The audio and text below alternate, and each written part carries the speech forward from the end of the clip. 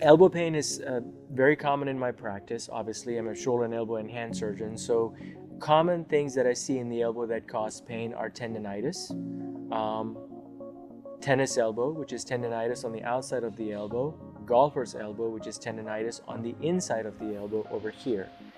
I also see a lot of tendon ruptures caused by trauma. We also see nerve compressions like cubital tunnel syndrome, which is the equivalent of carpal tunnel syndrome, but it affects the elbow.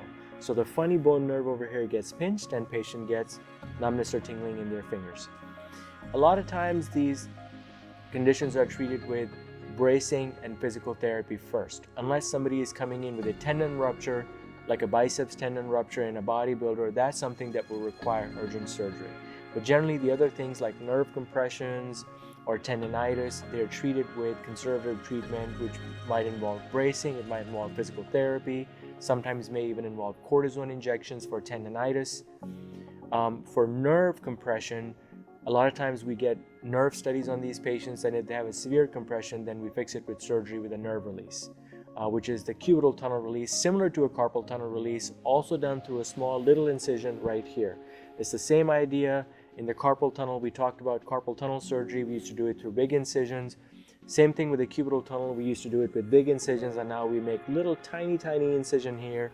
Again, allows us to do the same surgery through a smaller incision, and it allows less pain and a quicker return to activities and faster recovery time. The other thing I see in the elbow that causes elbow pain is fractures.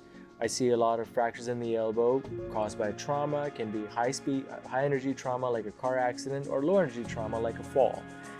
Multiple parts of the elbow can be broken that might need attention. Like we can have fractures on the radial head, which is the part on the outside of the elbow that allows you to rotate the forearm. It can be the distal humerus, which is the bone here. It can be olecranon, which is the bone here.